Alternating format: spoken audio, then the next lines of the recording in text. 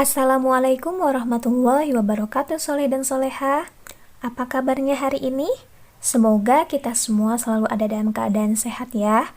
Nah, pada hari ini kita akan belajar tema 8, subtema 2 mengenai keunikan daerah tempat tinggalku.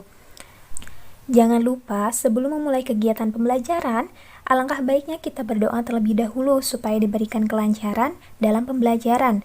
Dan jangan lupa pula, siapkan buku catatan dan alat tulis kalian untuk mencatat hal-hal yang penting dalam video yang akan Ibu sampaikan.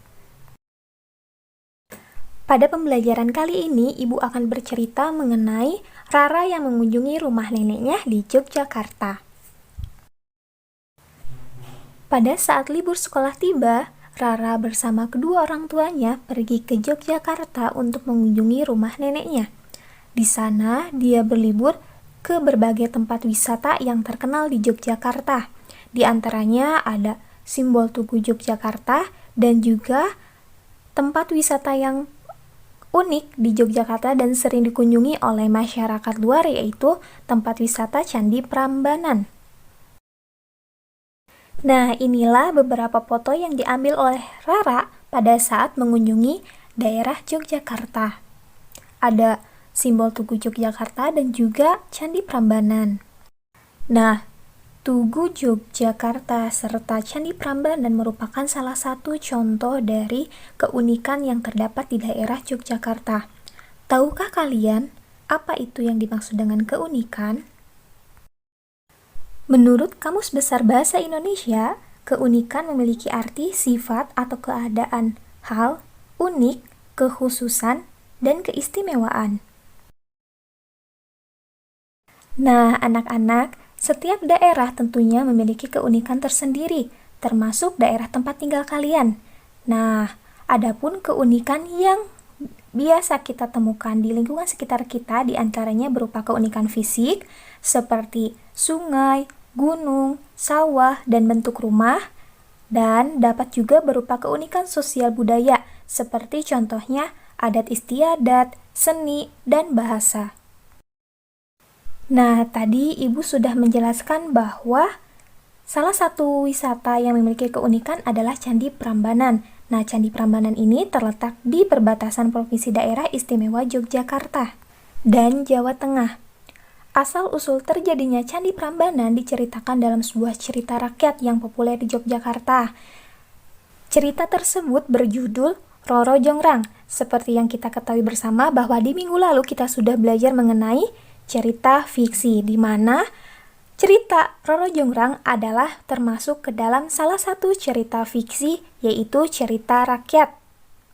Supaya kalian mengingat kembali mengenai cerita fiksi itu apa, jadi cerita fiksi itu adalah cerita rekaan atau khayalan pengarang. Isi ceritanya dapat murni berasal dari khayalan pengarang, tetapi juga dapat berdasarkan fakta. Nah, cerita fiksi yang dikarang berdasarkan fakta diperoleh dari berbagai pengalaman, baik pengalaman diri sendiri maupun pengalaman dari orang lain. Kemudian, pengalaman tersebut diolah menjadi bahan cerita menarik. Nah, sekarang coba kalian perhatikan. Berikut Ibu akan tayangkan cerita rakyat Roro Jonggrang. Bandung Bondowoso adalah putra mahkota Kerajaan Pengging, sedangkan Roro Jonggrang adalah putri Kerajaan Baka. Kedua kerajaan ini saling bermusuhan. Suatu hari, Prabu Baka dari Kerajaan Baka menyerang Kerajaan Pengging. Sawah, ladang, dan rumah penduduk dihancurkan. Namun, Kerajaan Pengging memiliki putra mahkota yang sakti, yakni Bandung Bondowoso. Ia berhasil mengalahkan Prabu Baka. Patih Kupala, anak buah Prabu Baka, berhasil lolos. Ia pulang ke Kerajaan Baka dan memberitahu putri Roro Jonggrang bahwa ayahnya telah dikalahkan oleh Bandung Bondowoso. Bandung Bondowoso pergi ke Kerajaan Baka. Ia ingin menghukum Roro Jonggrang atas perbuatan Prabu Baka. Namun, Bandung Bondowoso mengurungkan niatnya setelah ia melihat kecantikan Roro Jonggrang. Bandung Bondowoso ingin menjadikan Roro Jonggrang sebagai istrinya. Dia mengancam akan menyerang kerajaan Baka jika Roro Jonggrang menolak lamarannya. Roro Jonggrang tidak mau menikah dengan orang yang telah membunuh ayahnya. Maka ia pun memberi syarat yang berat. Ia bersedia menikah jika Bandung Bondowoso bisa membangun 1000 candi dalam waktu 1 malam. Roro Jonggrang tidak tahu bahwa Bandung Bondowoso sangat sakti. Bandung Bondowoso memerintahkan para jin untuk membangun 1000 candi. Saat tengah malam tiba, 1000 candi itu sudah hampir selesai. Roro Jonggrang kesal karena rencananya gagal. Ia kemudian memerintahkan semua dayang untuk membakar jerami di sisi timur kerajaan dan menumbuk lesung padi. Tak lama kemudian, cahaya api menerangi langit. Langit memerah disertai dengan bunyi lesung. Tak lama kemudian, ayam jago berkokok menandakan fajar telah datang.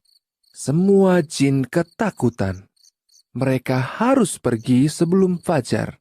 Mereka tidak sempat menyelesaikan candi terakhir. Bandung Bondowoso pergi mencari Roro Jonggrang. Ketika ia melewati desa, ia melihat para dayang yang sedang membakar jerami.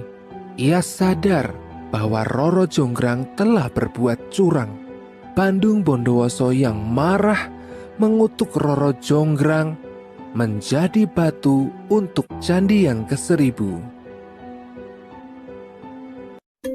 Saat ini, 1000 candi itu dikenal dengan nama Candi Prambanan. Keraton Ratu Baka di dekat Candi Prambanan merupakan istana kerajaan Baka. Arca Durga yang menghiasi Candi Prambanan adalah sosok Roro Jonggrang. Candi ini terletak di Kabupaten Sleman, Provinsi Yogyakarta. Nah, anak-anakku yang soleh dan solehah, itulah cerita rakyat mengenai Roro Jonggrang. Selanjutnya, di sini ibu akan bertanya, siapakah tokoh utama dari cerita Roro Jonggrang tersebut? Dan siapakah tokoh tambahan dari cerita Roro Jonggrang tersebut? Karena kan minggu lalu kalian sudah mempelajari mengenai tokoh utama dan tokoh tambahan dalam cerita fiksi. Jadi sekarang kalian tinggal mengaplikasikannya pada cerita Roro Jonggrang. Kalian tulis jawabannya di buku catatan kalian ya.